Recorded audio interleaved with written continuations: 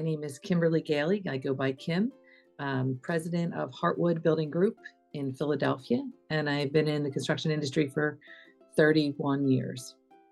So my name is Kerri MacAlpine. I'm currently the office manager slash acting VP at MacLeod Corp.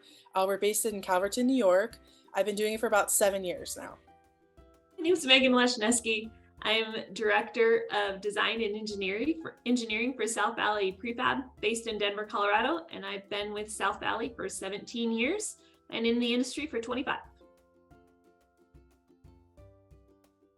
When I was in high school, I was kind of interested in going into architecture, but I was also pretty strong in engineering. So construction engineering kind of fit as the perfect marriage of those two things. And so I went to school for construction engineering at Iowa State. And then I went to work for a general contractor for quite a while as a manager, and then ended up at South Valley as a manager. My father was a superintendent as I was growing up, and I always saw plans, always found it interesting. I had a very constructive brain when I was younger, and I wanted to be an architect, and my father steered me more in the engineering direction. And so I went to become an engineer in college. So I was done. I graduated college on a Friday, and my father said, I opened this business. You're going to come work with me on Monday. So he opened up his own company, and it started with him, his partner, myself, and one other carpenter. And that was 31 years ago. So my dad actually started the business in 1986. And I never was going to be a part of it. I had no plans of being in the industry. He never wanted us to be a part of it either. He was like, I'm going to sell and we'll wash our hands of it. About 7 years ago, I was living in Oregon across the country. And he was switching computer systems and mentioned that he needed somebody to kind of help with the transition. So he asked if I would come back and help out. And I was like, sure, I'll come over. We'll see what happens. I wasn't really fully excited about it. I was a little bit nervous going back into it. But through the years, we had a lot of employee turnover, and I kind of just worked my way up until the manager abruptly quit one day, and my dad's like, here you go, you're the manager, figure it out. And I was like, all right, that's what I'm doing then.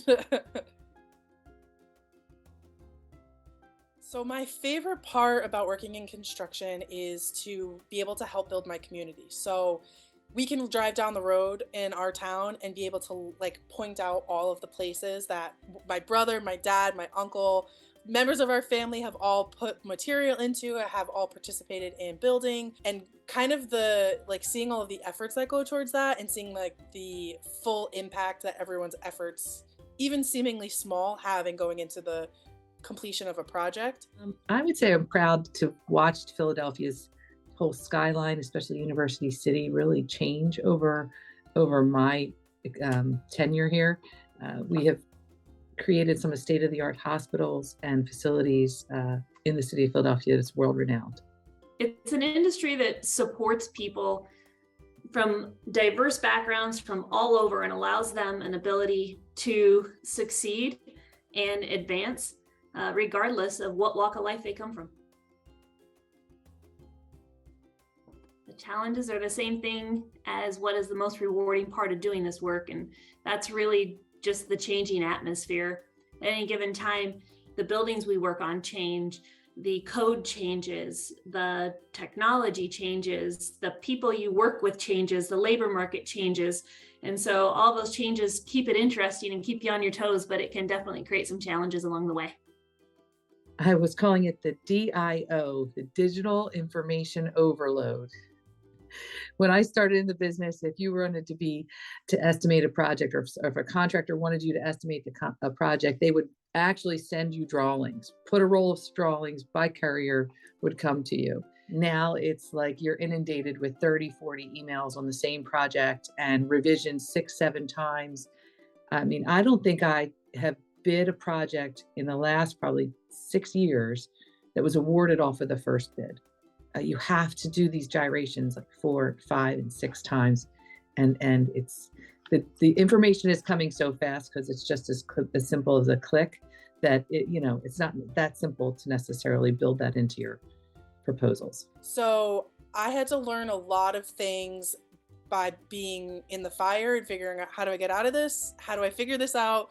Again, who do I need? What do I need? Where am I at? And I had to ask for a lot of help. And that was challenging for me at first because, especially as a woman, you assume that people are going to think you don't know what you're talking about. So it was really hard for me to kind of overcome that, um, acknowledging that, yes, I don't know what I'm talking about. And yes, that's okay. And I will know what I'm talking about one day. And that was like the challenging part for me at first. For me, my biggest advantage is that I can fly under the radar a lot because people don't assume that I am the boss, or people don't assume that I'm the person that they're going to have to answer to at the end of the day, or the person that's going to be making the big decisions. And now it's kind of, you can catch people a little bit more off guard, I think. And that's been a huge advantage for I me. think being a woman is probably the best advantage. I wouldn't say there's many disadvantages. I think a lot of that, oh, she doesn't know what she's talking about. Maybe philosophy that was there 30 years ago isn't there anymore. There's so many more women in construction. And I think women just naturally are really good problem solvers. So physically in the field, I don't know that I could speak to that, but on my side of the business, I think that women have an advantage by just being natural problem solvers. The most prominent advantage and disadvantage is that the reality of it is that every time you walk into a room, you will be noticed purely for the reason that you're an anomaly just by being female. So if you are prepared and knowledgeable and present yourself well, that's going to be magnified, and that can be very advantageous to you. The flip side of that is if you're not prepared and you're not knowledgeable about what you're talking about, that's going to get magnified as well.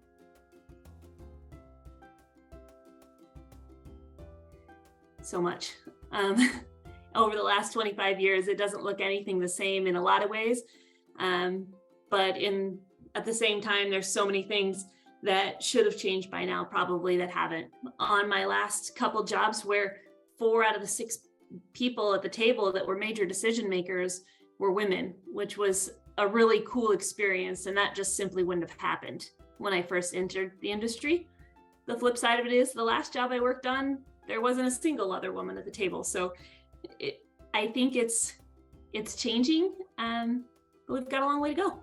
Yeah, we have female sales reps that we never had a female sales rep ever.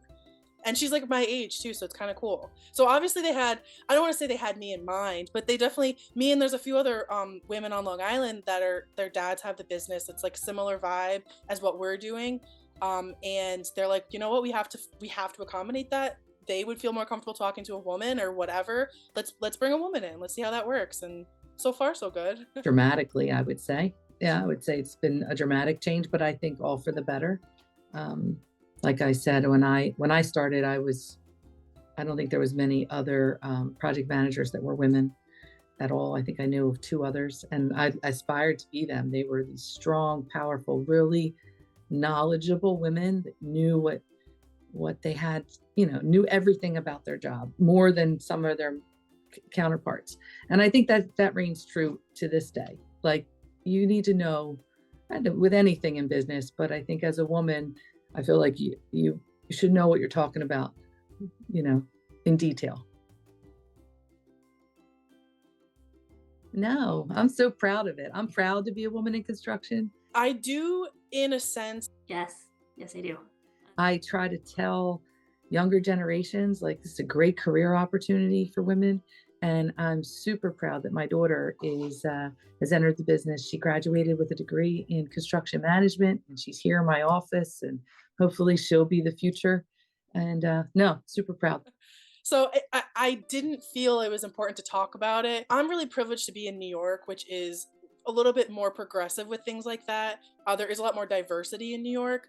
I have learned pretty quickly that in other parts of the country, that's not the case. So diversity isn't really as appreciated. Going to the conferences, seeing that, and seeing how few women there are that actually have leadership roles in construction is kind of really eye-opening. Even like the emerging leaders group that I'm a part of, there's 3 women that were participating in it, which is great and awesome. But I think the only three of us were the ones that had leadership roles. Men in the group were not ownership, they were employees of companies. And it was interesting to see that none of the other companies thought to send women to the meeting like that, to be a part of the emerging leader. Now, as the industry is changing and how the workplaces are changing and how we need employees, we need workers, we need people to do this labor, this really skilled labor, encouraging women to get involved in that and say, hey, you can swing a hammer, like you can learn all these skills. If that dude can do it, trust me, you can do it. So when I first started in this industry, the reason that I didn't like talking about women in construction is because I didn't like the qualifier that came with it. You know, when I was in school, I didn't want to be the best female student. I wanted to be valedictorian. And so I approached my career the same way. The second part of it is that I never have found much sense in expecting people to treat you the same when you're continually telling them how different you are. As I've gotten a little bit older, though, my feelings on that have changed, primarily because I have two young teenage girls that are becoming women really quickly. And I realized that it's important we talk about it, but how we talk about it is even more important. Women in construction, at least in my experience, has become synonymous with celebrating the fact that a woman works for a construction company, regardless of what her role is or how successful she is in it. And that's not the message to be sending, I don't feel. When they started women in construction in the 1950s, I don't think that's what they meant.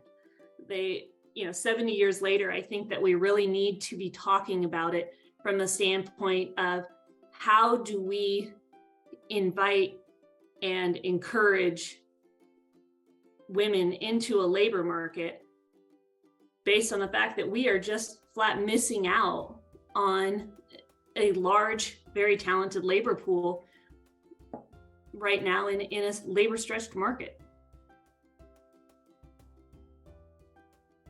Then the day I decided it'd be a good idea to climb the tower crane and see what that was like, and decided never to do that again.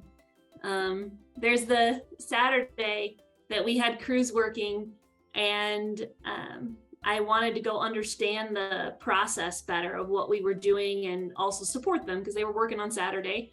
And but I was also had little kids at the time, and they were about 4 and 6, and I didn't want to miss out on time with them, so I took them with me, and they helped brick a panel for the afternoon, and that's been a fun memory.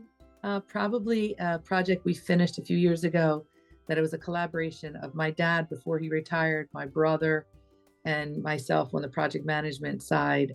We built a building for a university that's right down the road. And it's something like it took this ugly corner, and we did all of the carpentry related items to that from outside to inside. And so it's something I see all the time. And I know that me, my dad, and my brother were instrumental in building it. So that's kind of cool. Another thing I'm really proud of is Children's Hospital Philadelphia. My daughter was diagnosed at 2 months, 23 years ago, with a disease called cystic fibrosis. So we work at Children's Hospital. And then I was admitted with her, or she was admitted, and I was always with her for, I think, somewhere around 27 weeks of her life during different times. We were in that hospital. So to see the things that we built and the spaces that we built and be on the receiving end of it was kind of really, really neat. We had to create a quote book in my office because of all of the insane things that people say to us throughout the day.